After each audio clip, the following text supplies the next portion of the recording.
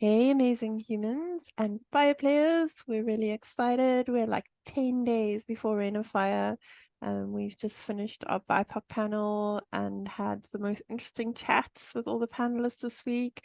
I have one of our BIPOC panelists in the studio with me, and he's chatting to me today about some hot temperature play with wax and some things about fire. Welcome, Daddyblackhammer, and thank you so much for joining us. We're excited to have you. Thanks for having me.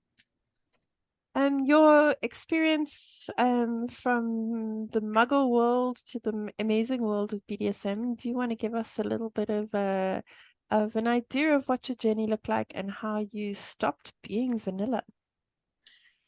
Yeah, I've been in the community now for 14 plus years.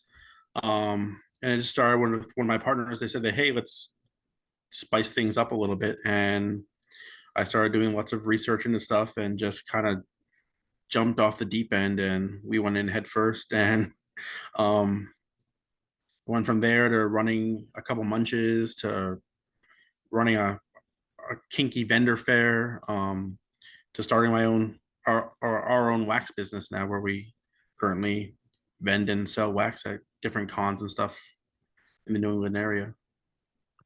Amazing. And I know from the panel that you have a person that's quite special in your life and that means quite a lot in your kink journey. Do you want to tell me a little bit about how you guys connected? Was this the original person who got you involved in BDSM? Sorry, I'm a curious Karen. I have to ask all No, these not questions. not a problem at all. This is not the original person that got me into BDSM. We split ways a few years back, and then now Timber and I started the wax business together, and we've been together now for 4 plus years. She's my submissive. We go and do tons of fun, crazy stuff together. And talking a little bit about wax, because wax seems to be like it's almost like an entry kink for a lot of people. I know in my community, it's one of the things that all the newbies look forward to at the events. How did you get involved in wax, and what was your first experience, if you can remember? Yeah, so my first experience was with another friend of mine, probably 6 or 7 years ago. And she wanted to try wax, and I was like, all right. So I did some research on it. We melted some wax and did a few wax pours together. Um, I've always gone more of the route of pouring wax versus like just the drip candles. I think to me that's just because I'm not patient to what the whole drip, and I prefer pouring swaths of wax on people at a time as opposed to just a little bit at a time. But I think my first experience with wax was a couple of sort of paws over the bum and a couple of paws over some really nice boobs, and my own boobs. And then I did a 15 kg paw for a mummification. So I very much relate to wanting to use mass amounts of it and big quantities. And I love the idea. And I think it was only sort of 3 or 4 years later that somebody did a drip scene with me and I was the bottom. And I was like, and where's the wax? They were like, right, no, but the wax is on you. I was like, is it though? Like, is it really on me? I'm not sure. Like, I can't feel this. And then I went to a different community and I taught a little bit about wax. My whole thing was like how you must prepare the skin. And I was really like dedicated, and skin is my canvas for sharp. So I'm really dedicated to managing skincare and having great skin because canvas is rare. Like you right, gotta look after your canvas. And I think that like the room was a little bit quiet and I was like, I didn't get the sort of reaction. And then the girl said, no, but we use an oil underneath. And I was like, you can't use an oil when you're pouring 8 kilograms of wax. The worst thing you can do is put anything under the skin because the heat transfers and it moves down the layers and then it literally heats up that bottom layer, and the bottom layer, the heat's got nowhere to go, so it retains all the heat that you're putting on there and you're going to burn the person. And these guys must have thought I was mad until they poured out like their three little candles and lit them. And I was like, okay, this is why we're not relating to each other, because I Right. pulled out my cookers and I was like, I was melting like 4 kgs at a time. And then I tied my bottom up and I did my whole bottom, the whole of her. She was drenched in it. I think it was a 4 kilogram pour. And it was just so interesting to see how like they really must have thought I was the most anal player in the world with my skincare routine, and how I was like, they were like, no, we use a bit of coconut oil because the wax comes off. I was like, why? Well, but the wax comes off in big shards. You can break it off the body. Right. Like it was a totally different connection. But there is definitely a time and a place for those very essential wax strips, and I have appreciation for it when it's on other people's bodies. I quite like the big paw, and I completely relate to you with that. Your company makes your own wax. Tell me a little bit about your product, and why it's different and what its qualities are.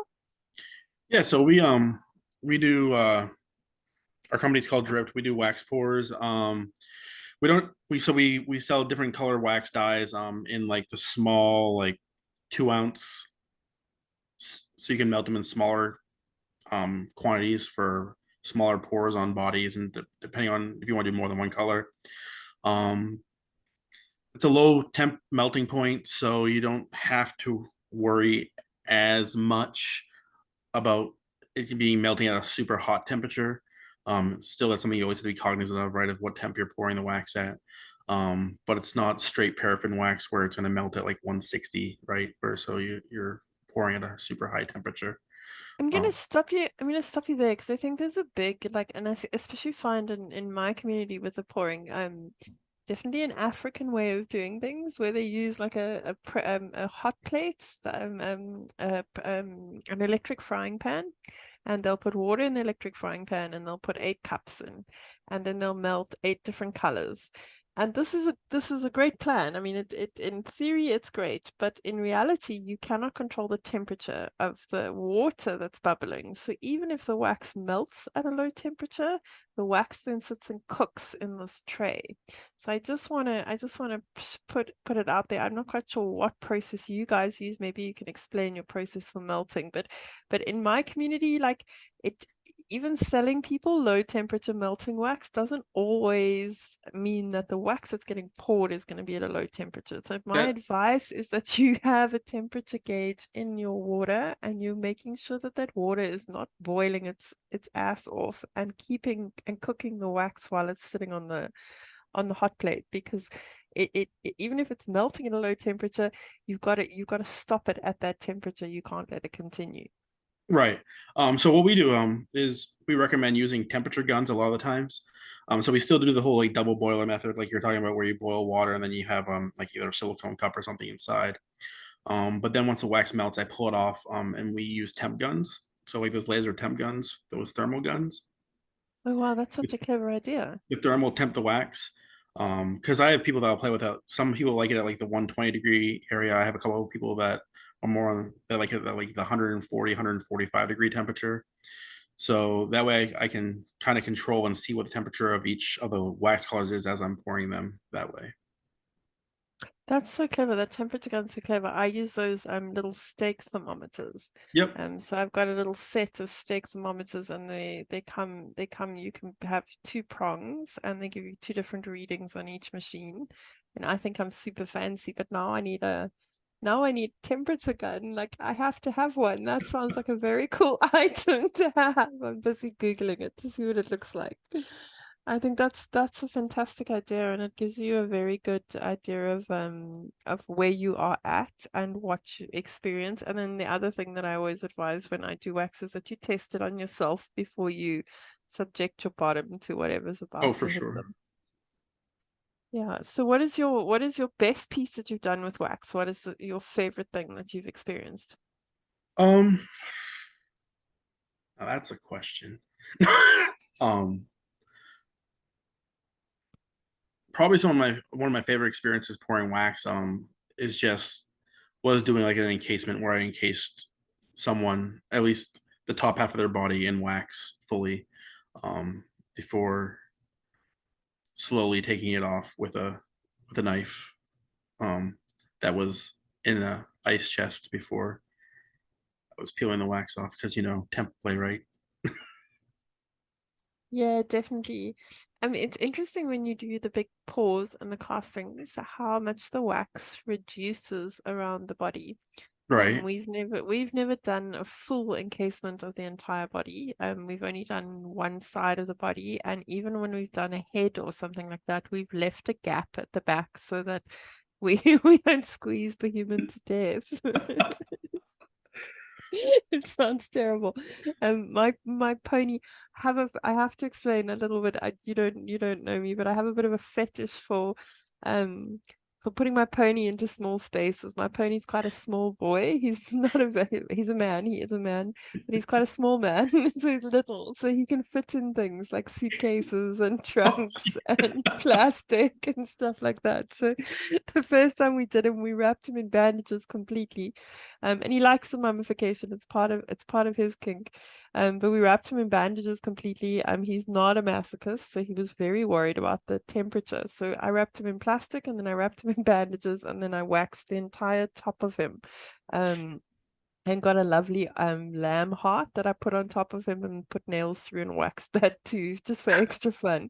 Awesome. But the wax caused the bandages to shrink quite a bit, so he was really happy with it. He loves tight mummification. He's done a lot of it. He's not new to it, and we did the original baseline mummification quite accurately with watching the pressure points and stuff. But it was quite a tomb. Like I think he would have lasted a good couple of years in that cast. Like it was pretty impressive.